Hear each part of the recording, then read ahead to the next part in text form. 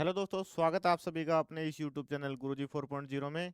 तो एक बार बताएंगे कि आप सब कैसे हैं, कैसी चल रही है आपकी तैयारी। उम्मीद है अच्छी होगी, आपकी तैयारी भी अच्छी चल रही होगी। जैसा कि आप जानते हैं कि हम डेली आपके लिए करंट अफेयर्स लेके आते हैं। तो उसी कड़ी में आज हम लेके आए हैं 23 दिसंबर का करंट अफेयर्स। तो एक बार बताइए कि पिछले का जो रिवीजन कैसा क्या चल रहा है, पीछे का आपने रिवाइज किया कि नहीं किया। और हम करते हैं कोशिश कि आपका क्लास में ही सब कुछ याद हो जाए। बहुत ही अच्छा कंटेंट ढूंढ के लेके आते हैं कि आपको हर एग्जाम में जितना ज़्यादा हो सके उतना ज़्यादा हमारे पढ़ाए हुए में से आपको आए, और आप अपना स्कोर और भी ज़्यादा करके आ सको। तो अब शुरुआत करेंगे हम 23 दिसंबर की करंट अफेयर्स। करते हैं शुरुआत। आज का पहला क्वेश्चन है,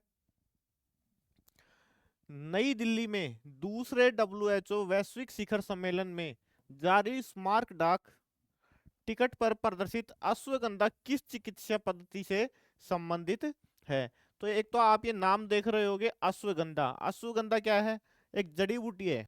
तो जड़ी बूटी के हिसाब से अगर अपन नॉर्मल अगर दिमाग भी लगाएं तो कौन सा किस डिपार्टमेंट में मिलता है, तो वो आयुर्वेद में ही इनका उल्लेख मिलता है, आयुर्वेद में ही इनका उपयोग किया जाता है। तो जो अश्वगंधा की जो टिकट डब्ल्यूएचओ के दूसरे वैश्विक शिखर सम्मेलन में जो डाक टिकट जारी किया गया है, तो वो अश्वगंधा का, तो वो किस चिकित्सा पद्धति से संबंधित है? वो आयुर्वेद चिकित्सा से संबंधित है। चलो इसके बारे में और जानकारी लेते हैं। प्रधानमंत्री नरेंद्र मोदी ने नई दिल्ली में पारंपरिक चिकित्सा पर दूसरे डब्ल्यूएचओ वैश्विक शिखर सम्मेलन में अश्वगंधा पर एक स्मारक डाक टिकट जारी किया। यह डाक टिकट वैश्विक स्तर पर पारंपरिक चिकित्सा को बढ़ावा देने की भारत की प्रतिबद्धता को उजागर करता है। अश्वगंधा विथानिया सोमनीफेरा, ये इसका साइंटिफिक नाम है। एक प्रमुख आयुर्वेदिक जड़ी बूटी है जो तनाव से राहत, प्रतिरक्षा और समग्र कल्याण के लिए जानी जाती है। अगर एग्जामिनर कभी कभी साइंस में पूछा जाता है, काफी चीजों का साइंटिफिक नाम पूछ लेता है, तो अश्वगंधा का अगर आपको साइंटिफिक नाम पूछा जाए तो विथानिया सोमनीफेरा इसका साइंटिफिक नाम है। अश्वगंधा को एडाप्टोजेन के रूप में वर्गीकृत किया गया है, जो शरीर को शारीरिक और मानसिक तनाव को प्रतिबंधित करने में मदद करता है। यह टिकट भारत की आयुष प्रणालियों आयुर्वेद, योग, यूनानी, सिद्ध और होम्योपैथी को बढ़ावा देता है। स्मारक डाक टिकटें सांस्कृतिक राजदूत के रूप में काम करती हैं, जो भारत की औषधीय विरासत के बारे में जागरूकता फैलाती है। यह कदम पारंपरिक चिकित्सा को आधुनिक स्वास्थ्य देखभाल के साथ एकीकृत करने के भारत के प्रयास को मजबूत करता है। अश्वगंधा ने कल्याण न्यूट्रास्यूटिकल और एकीकृत चिकित्सा बाजारों में वैश्विक लोकप्रियता हासिल की है, और भारत ने संस्थानों, अंतर्राष्ट्रीय सहयोग और नीति समर्थन के माध्यम से अपने पारंपरिक ज्ञान को सक्रिय रूप से वैश्वीकृत इसको किया है। चलते हैं नेक्स्ट क्वेश्चन पर। भारत का पहला वन विश्वविद्यालय किस शहर में स्थापित किया जाएगा? तो पहला वन विश्वविद्यालय फॉरेस्ट यूनिवर्सिटी कहाँ स्थापित किया जाएगा? यूपी के गोरखपुर में स्थापित किया जाएगा। ये जो आप मेरे पीछे तस्वीर देख रहे हो, कुछ इस तरह का इसका स्ट्रक्चर रहने वाला है। चलते हैं इसके बारे में और जानकारी लेते हैं। भारत का पहला वन विश्वविद्यालय उत्तर प्रदेश के गोरखपुर में स्थापित किया जाना प्रस्तावित है। विश्वविद्यालय का लक्ष्य वानिकी, वन्यजीव संरक्षण और पर्यावरण विज्ञान में शिक्षा और अनुसंधान को मजबूत करना इसका लक्ष्य है। प्रस्तावित परिसर लगभग 125 एकड़ भूमि को कवर करेगा। यह स्थल जटायु संरक्षण एवं प्रजनन केंद्र के पास स्थित है। तो जटायु संरक्षण एवं प्रजनन केंद्र कहाँ स्थित, अगर आपसे कोई पूछे तो वो भी गोरखपुर में ही स्थित है। कहाँ है? गोरखपुर में। और ये भी एक करंट का क्वेश्चन है, कुछ दिन पहले ही इसको स्थापित किया गया था। राज्य के बजट में 50 करोड़ का प्रारंभिक बजट आवंटन प्रदान किया जाता है। इसका उद्देश्य स्थायी वन प्रबंधन और वन्य जीव संरक्षण प्रथाओं का समर्थन करना इसका प्रमुख उद्देश्य है। यह पहल विशेष शिक्षा के माध्यम से वनों की कटाई और पारिस्थितिकी चुनौतियों का समाधान करना चाहती है। भारत में वर्तमान में एक समर्पित वन विश्वविद्यालय का अभाव है जो मुख्य रूप से वानिकी कॉलेजों और संस्थानों पर निर्भर करता है। ठीक है, चलते हैं नेक्स्ट क्वेश्चन पर। अगला क्वेश्चन है अपना, दिसंबर 2025 में किस देश ने भारत को ब्रिक्स की अध्यक्षता सौंपी है? तो किस देश ने सौंपी है?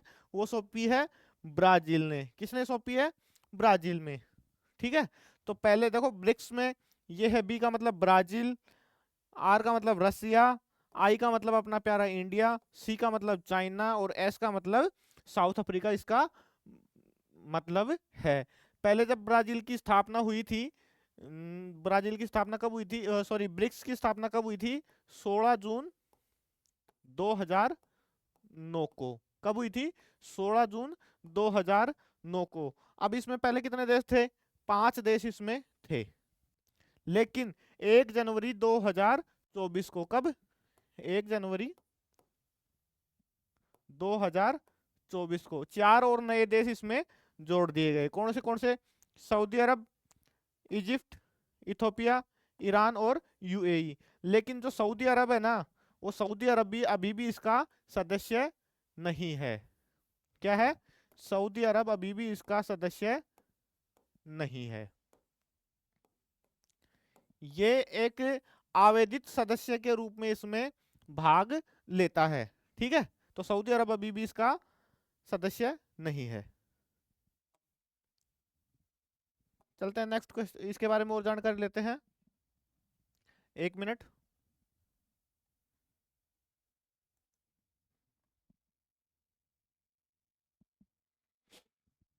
चलिए शुरू करते हैं। ब्राजील ने 12 दिसंबर 2025 को ब्रिक्स की अध्यक्षता भारत को स्थानांतरित कर दी है। कब स्थानांतरित की है? 12 दिसंबर 2025 को। यह स्थानांतरण चौथी ब्रिक्स शेरपा बैठक के दौरान किया गया। भारत औपचारिक रूप से 2026 में ब्रिक्स का नेतृत्व ग्रहण करेगा। ब्रिक्स में ब्राजील, रूस, भारत, चीन और दक्षिण अफ्रीका शामिल हैं। तो ये इनके अलावा भी 4 देश और शामिल कर लिए गए। और जो साउथ अफ्रीका है ना, ये साउथ अफ्रीका जब इसकी स्थापना 16 जून 2009 को हुई थी, तब इसमें साउथ अफ्रीका शामिल नहीं था। साउथ अफ्रीका कब शामिल हुआ है? साउथ अफ्रीका शामिल हुआ है 2010 में। तब इसका क्या नाम था? तब इसका नाम था केवल ब्रिक ही इसका नाम था। साउथ अफ्रीका शामिल होने के बाद में इसका क्या नाम हुआ है? ब्रिक्स।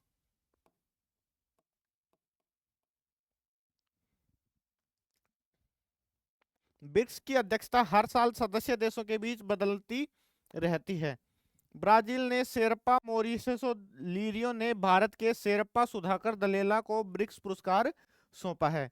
ब्राजील 31 दिसंबर 2025 तक आधिकारिक ब्रिक्स अध्यक्ष बना रहेगा। ब्रिक्स केवल नेतृत्व की जिम्मेदारी के हस्तांतरण का प्रतीक है।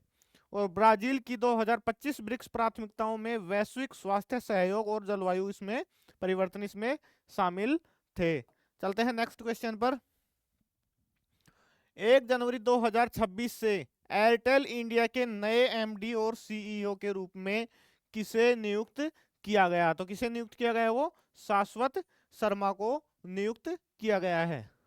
चलिए इसके बारे में और जानकारी लेते हैं।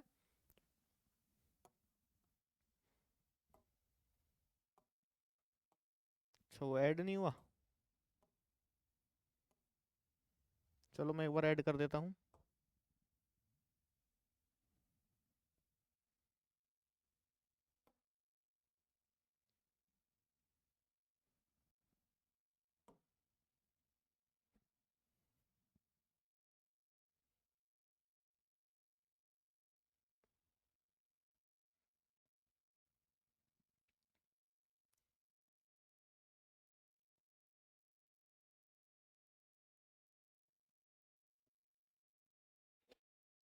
चलिए और जानकारी लेते हैं। शाश्वत शर्मा को 1 जनवरी 2026 से एयरटेल इंडिया के एमडी और सीईओ के रूप में नियुक्त किया गया है। एमडी और सीईओ के रूप में उनका कार्यकाल 5 साल के लिए है, जो शेयर धारक की मंजूरी पर निर्भर है। तो इनका कार्यकाल कब से स्टार्ट होगा? 1 जनवरी 2026 से स्टार्ट होगा। और कितने साल के लिए? 5 साल के लिए इनका कार्यकाल रहेगा। शाश्वत शर्मा एयरटेल इंडिया के प्रमुख प्रबंधकीय कार्मिक केएमपी के रूप में भी काम करेंगे। गोपाल विट्ठल 5 साल तक पूर्णकालिक निदेशक बने रहेंगे और कार्यकारी उपाध्यक्ष बनेंगे। सोमेन रे को भारतीय एयरटेल के समूह मुख्य वित्तीय अधिकारी के रूप में नियुक्त किया गया है। अखिल गर्ग को घरेलू परिचालक के लिए एयरटेल इंडिया का मुख्य वित्तीय अधिकारी के रूप में भी इनको नियुक्त किया गया है। भारतीय एयरटेल एक भारतीय बहुराष्ट्रीय दूरसंचार कंपनी है जिसका मुख्यालय नई दिल्ली में इसका स्थित है। एयरटेल दक्षिण एशिया, अफ्रीका और चैनल द्वीप समूह के 18 देशों में काम करता है। यह भारत और विश्व स्तर पर दूसरा सबसे बड़ा मोबाइल नेटवर्क ऑपरेटर है। मिलवर्ड ब्राउन और WPP द्वारा पहली ब्रांड रैंकिंग में एयरटेल को भारत का दूसरा सबसे मूल्यवान ब्रांड दर्जा दिया गया था। चलते हैं नेक्स्ट क्वेश्चन पर।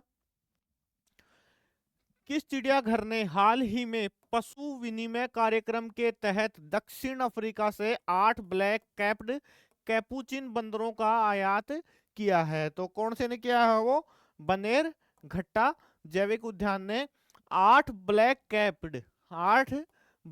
कैप्ड कैपुचिन बंदरों का आयात किया है। अगर ये आपसे पूछा जाए कि बनेर घट्टा जैविक उद्यान कहाँ स्थित है, तो ये है कर्नाटक में। कर्नाटक में ये स्थित है और बेंगलोर के पास में है ना, बेंगलुरु के पास में स्थित है। 1970 में इसकी स्थापना हुई थी और 1974 में इसको जैविक उद्यान नेशनल पार्क का दर्जा दे दिया गया था। कब दिया गया था? 1970 में स्थापना और 1974 में नेशनल पार्क इसको घोषित कर दिया गया। तो कुछ अगर आपको दिख रहा हो तो ये बंदर है जिसके सर पे एक ब्लैक कलर की टोपी सी लगी हुई दिखाई जाती है। ठीक है, चलो इसके बारे में और जानकारी लेते हैं। बेंगलुरु के पास बनेरघट्टा बायोलॉजिकल पार्क BBP ने दक्षिण अफ्रीका से 8 ब्लैक कैप्ड कैपुचिन बंदरों का आयात किया है। यह आयात एक औपचारिक पशु विनिमय कार्यक्रम के तहत किया गया था। आयातित प्रजाति ब्लैक कैप्ड कैपुचिन है जिसे वैज्ञानिक रूप से सेप्जस अपेला के नाम से जाना जाता है। ब्लैक कैप्ड की कैपुचिन बंदर दक्षिण अमेरिका के मूल निवासी हैं। कहाँ के हैं? दक्षिण अमेरिका के ये मूल निवासी बताए जाते हैं। आयातित समूह में 4 पुरुष और 4 महिलाएं शामिल हैं। अर्थात क्या है कि 4 तो मेल और 4 फीमेल बंदर इसमें शामिल हैं। कैपुचिन बंदर उच्च बुद्धि, सामाजिक व्यवहार और उपकरण उपयोग के लिए इनको जाना जाता है। चलते हैं नेक्स्ट क्वेश्चन पर। दिसंबर 2025 में आयोजित अभ्यास डेजर्ट साइक्लोन सेकंड भारत और किस देश के बीच संयुक्त सैन्य अभ्यास है? तो किस देश के बीच है वो है UAE के बीच। कौन सा अभ्यास है? Cyclone second. किस किस के बीच? भारत और UAE के बीच ये है। चलते हैं नेक्स्ट इसके एक्सप्लेनेशन पर। Exercise desert cyclone second Bharat और संयुक्त अरब अमीरात के बीच एक द्विपक्षीय सैन्य अभ्यास है। यह अभ्यास 18 से 30 दिसंबर 2025 तक, कब से कब तक? 18 से 30 दिसंबर 2025 तक आबू धाबी में आयोजित किया जा रहा है। Desert cyclone second Bharat UAE संयुक्त सैन्य अभ्यास का दूसरा संस्करण है। भारतीय सेना की टुकड़ी में मैकेनाइज्ड इन्फेंट्री रेजिमेंट के 45 जवान शामिल हैं। UAE भूमि बलों का प्रतिनिधित्व 53 मैकेनाइज्ड इन्फेंट्री बटालियन द्वारा किया जाता है। इस अभ्यास का उद्देश्य भारतीय सेना और UAE भूमि बलों के बीच अंतर संचालनीयता को बढ़ाना है। यह संयुक्त राष्ट्र के आदेश के तहत उप पारंपरिक संचालन को केंद्रित करता है। शहरी युद्ध प्रशिक्षण अभ्यास डेजर्ट साइक्लोन सेकंड का एक प्रमुख घटक है। तो ये कुछ फैक्ट्स हैं इसके। अब चलते हैं नेक्स्ट क्वेश्चन पर। हाल ही में किस देश ने बिना फिजिकल कपलिंग के एक यूनिट के रूप में चलने वाली वायरलेस सिंक्रोनाइज्ड मालगाड़ी का परीक्षण किया है? तो आपको पता होगा कि ये नए नए जो परीक्षण करता है तो ज्यादातर कौन करता है? चाइना ही करता है। तो ये भी किसने किया है? चाइना ने किया है। चलिए इसके बारे में और जानकारी लेते हैं। चीन ने दिसंबर 2025 में दुनिया के पहले वायरलेस सिंक्रोनाइज्ड हेवी हॉल मालगाड़ी काफिले का परीक्षण किया है। 7 पूरी तरह से भरी हुई मालगाड़ियां भौतिक युग्मन के बिना एकल आभासी इकाई के रूप में संचालित हुई है। प्रत्येक ट्रेन लगभग 5,000 टन, कुल मिलाकर 35,000 टन माल ले गई थी। परीक्षण इनर मंगोलिया में बाओसेन रेलवे पर आयोजित किया गया था। ट्रेनों को एक बुद्धिमान वायरलेस संचार प्रणाली के माध्यम से नियंत्रित किया जाता था और वर्चुअल कपलिंग ने माल ढुलाई परिचालन में पारंपरिक यांत्रिक कपलर्स की जगह ले ली है। वास्तविक समय का वायरलेस डेटा ट्रेनों के बीच त्वरण ब्रेकिंग और अंतर को सिंक्रोनाइज करता है। यह प्रणाली ट्रेनों को कम अंतराल पर सुरक्षित रूप से चलाने की अनुमति भी देती है। परीक्षण के दौरान औसत परिचालन गति लगभग 60 किलोमीटर प्रति घंटा थी और ट्रेनों के बीच बनाए रखी गई औसत दूरी लगभग 1091 मीटर थी। यह तकनीकी नई पटरियों के बिना रेल माल ढुलाई क्षमता के 50% से अधिक को बढ़ा सकती है और यह परियोजना CHN एनर्जी ग्रुप के तहत चीन के सेनहुआ एनर्जी द्वारा विकसित की गई थी। ठीक है, चलते हैं नेक्स्ट क्वेश्चन पर। हाल ही में अंतर्राष्ट्रीय मानव एकजुटता दिवस दिसंबर 2025 के किस दिन मनाया गया? तो वो कब मनाया गया है? वो मनाया गया है 20 दिसंबर को मनाया गया है। चलो इसके बारे में और जानकारी ले लेते हैं। अंतर्राष्ट्रीय मानव एकजुटता दिवस प्रतिवर्ष 20 दिसंबर 2025 को मनाया गया और हर प्रतिवर्ष कब मनाया जाता है? 20 दिसंबर को मनाया जाता है। यह दिन वैश्विक एकता, सहयोग और साझा जिम्मेदारी पर जोर देता है। इसे 2005 में संयुक्त राष्ट्र महासभा द्वारा आधिकारिक तौर पर घोषित किया गया था। कब घोषित किया गया था इसको? 2005 में इसको आधिकारिक रूप से घोषित किया गया था। विश्व एकजुटता कोष की स्थापना 20 दिसंबर 2002 को हुई थी। कब हुई? 2002 में 20 दिसंबर को इसकी स्थापना हुई और आधिकारिक रूप से कब घोषित किया गया? 2005 में। यह उत्सव गरीबी उन्मूलन, स्वास्थ्य समानता और सामाजिक न्याय को बढ़ावा देता है। अंतर्राष्ट्रीय मानव एकजुटता दिवस संयुक्त राष्ट्र के सतत विकास लक्ष्यों को FDG के साथ निकटता से जुड़ा हुआ है, जिसमें कोई गरीबी नहीं, अच्छा स्वास्थ्य, लैंगिक समानता और कम असमानताएं इसमें शामिल हैं। चलते हैं नेक्स्ट क्वेश्चन पर। विश्व डोपिंग रोधी एजेंसी वाडा, तो विश्व डोपिंग रोधी एजेंसी का क्या नाम है? वाडा।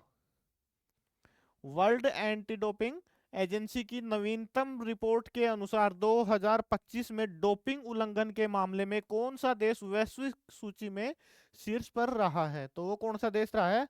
भारत। डोपिंग क्या होता है कि जो भी प्लेयर्स होते हैं वो किसी भी दवा का, किसी भी मेडिसिन का, किसी भी तरीके से, चाहे वो पावर के लिए हो या स्वास्थ्य के लिए, किसी भी तरीके से वो अगर यूज करते हैं और एक उनका खेल होने से पहले उसका टेस्ट किया जाता है, अगर उस टेस्ट में वो पॉजिटिव पाया जाता है तो वो एक तरह से डोपिंग किया हुआ माना जाता है। तो उसी में भारत ने क्या किया है कि उसके उल्लंघन में भारत वैश्विक सूची में शीर्ष स्थान पर शामिल है।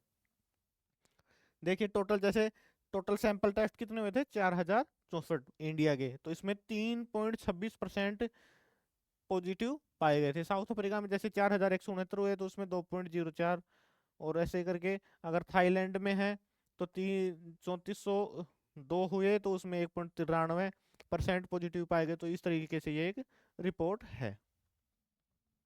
भारत 2024 में लगातार तीसरे वर्ष वैश्विक डोपिंग उल्लंघन सूची में शीर्ष पर रहा है। मतलब अपन लगातार 3 वर्षों से इस उल्लंघन में वैश्विक सूची में शीर्ष स्थान पर रहे हैं। भारतीय एथलीटों में 2024 में 260 डोपिंग के मामले दर्ज किए गए थे, जो दुनिया भर में सबसे ज्यादा है। 2024 में भारत की डोपिंग 3.6% रही थी, जो 5000 से अधिक प्रशिक्षणों वाले देशों के सबसे अधिक थी। राष्ट्रीय डोपिंग रोधी एजेंसी नाडा ने 2024 में भारत में 7113 परीक्षण किए थे। इन परीक्षणों में 253 मूत्र नमूने और 7 रक्त नमूने सकारात्मक थे, अर्थात कितने? 260 पॉजिटिव पाए गए थे। सकारात्मक मामलों में वृद्धि का श्रेय अधिक आक्रामक और विस्तारित प्रशिक्षण कार्यक्रम को दिया जाता है। इसकी तुलना में फ्रांस 91, रूस 76, चीन में 43 और संयुक्त राज्य अमेरिका में 1.1% सकारात्मकता दर्ज की गई है। चलते हैं नेक्स्ट क्वेश्चन पर। नेक्स्ट क्वेश्चन पर डिस्कस करने से पहले अगर मैं आपको बताना चाहूँ, अगर आप हमारे डेली करंट अफेयर्स की पीडीएफ चाहते हैं तो हमारा टेलीग्राम चैनल है गुरुजी फॉर एग्जाम के नाम से। हमारे टेलीग्राम चैनल को आप ज्वाइन कर सकते हैं। इस पर आपको daily current affairs, daily general awareness और भी बाकी कई स्टडी मटेरियल हैं जो आपको हर एग्जाम में मददगार साबित होंगे। तो वो डेली अपलोड किए जाते हैं, आप एक बार उस पर जाकर ज्वाइन करके एक बार आप जरूर देख सकते हैं। वो आपके लिए कहीं ना कहीं आपको जरूर मदद करेंगे। ठीक है, तो अब चलते हैं। हुरुन रिच लिस्ट 2025 में भारत के सबसे अमीर स्वनिर्मित उद्यमी के रूप में कौन शीर्ष पर रहा है? तो कौन रहा है वो? दीपेंद्र गोयल शीर्ष पर रहे हैं। ये रहे दीपेंद्र गोयल। किस कंपनी से है ये? जोमेटो से। किनका इनका वैल्यूएशन कितना है? 3.2 लाख करोड़ है। तो ये कुछ टॉप 10 है, तो उनकी लिस्ट है, तो ये आप देख लेंगे। इसके बारे में और जानकारी। इटरनल पूर्व में जोमेटो के संस्थापक और सीईओ दीपेंद्र गोयल भारत के सबसे अमीर स्वनिर्मित उद्यमी के रूप में हुरून रिच लिस्ट 2025 में शीर्ष पर रहे हैं। उन्होंने डी मार्ट के दिग्गज बिजनेसमैन राधा किशन दमानी को पीछे छोड़ दिया, जो दूसरे स्थान पर रहे हैं। इटरनल का मूल्यांकन 27% बढ़कर 3.2 लाख करोड़ हो गया, जिससे गोयल को शीर्ष स्थान हासिल करने में मदद मिली है। राधा किशन दमानी के एवेन्यू सुपरमार्ट्स डी मार्ट का मूल्यांकन 13% घटकर लगभग 3 लाख करोड़ हो गया है। इंटर्न ग्लोब एविएशन इंडिगो के राहुल भाटिया और राकेश गंगवाल 2.2 लाख करोड़ के कंपनी मूल्यांकन के साथ शीर्ष 3 में शामिल हुए हैं। रेजर पे, जेरोधा और ड्रीम 11 सहित कई स्टार्टअप संस्थापक 2025 में शीर्ष 10 से बाहर हो गए हैं। लेंसकार्ट के संस्थापक पीयूष बंसल ने 70,236 करोड़ के मूल्यांकन के साथ 10वें स्थान पर शीर्ष 10 में प्रवेश कर लिया है। और लेंसकार्ट का मूल्यांकन साल दर साल 60% बढ़ा, जो उपभोक्ता प्रौद्योगिकी में मजबूत निवेश विश्वास को दर्शाता है। तो ये थे आज के कुछ क्वेश्चंस जिस पे हमने डिस्कस किया। उम्मीद है आपको क्लास समझ में आई होगी। समझ में आई हो तो क्लास को लाइक करें, शेयर करें और चैनल को सब्सक्राइब करना ना भूलें, जिससे आपको जो हमारी लेटेस्ट वीडियो आती है उसका नोटिफिकेशन आप तक सबसे पहले पहुंच जाए। ठीक है, और एक नई मुहिम है हमारी जो डेली मैं आपको बताता हूँ। एक बार फिर से आपको दोहरा देता हूँ, अगर आपके कोई छोटे भाई बहन है या कोई रिश्तेदारी में है, अगर 12th क्लास में है, तो उसके लिए बहुत ही शानदार ऑफर चला हुआ है। हम पीसीएम और पीसीबी इसके लिए बहुत ही शानदार कोर्स लेके आए हैं, जिसमें आपको पुनीत सर मैथ पढ़ाते हैं, शैलेंद्र सर फिजिक्स पढ़ाते हैं, स्नेहलता मैम केमिस्ट्री पढ़ाती है, राहुल सर बायोलॉजी पढ़ाते हैं, और ये हमारे फाउंडर सर हैं विजय सर, इन गुरुजी 4.0 के फाउंडर सर। ठीक है, इनके द्वारा सब कुछ मैनेज किया जाता है। तो बहुत ही कम कीमत पर आपके लिए कोर्स लेके आए हैं। 999 रुपये में सब्जेक्टिव कोर्स और 2499 रुपये में कॉम्बो कोर्स आपके लिए उपलब्ध है। अगर आप डेमो क्लासेज देखना चाहते हैं तो इसी चैनल पर आप प्ले लिस्ट में जाके सभी टीचर्स की डेमो क्लासेज देख सकते हैं। और अगर आप कोर्स से आप जुड़ना चाहते हैं तो गुरुजी 4.0 प्ले स्टोर से आप गुरुजी 4.0 ऐप डाउनलोड करके हमारे कोर्स से भी आप जुड़ सकते हैं। तो आज की वीडियो में इतना ही, मिलते हैं कल की वीडियो में, तब तक के लिए धन्यवाद।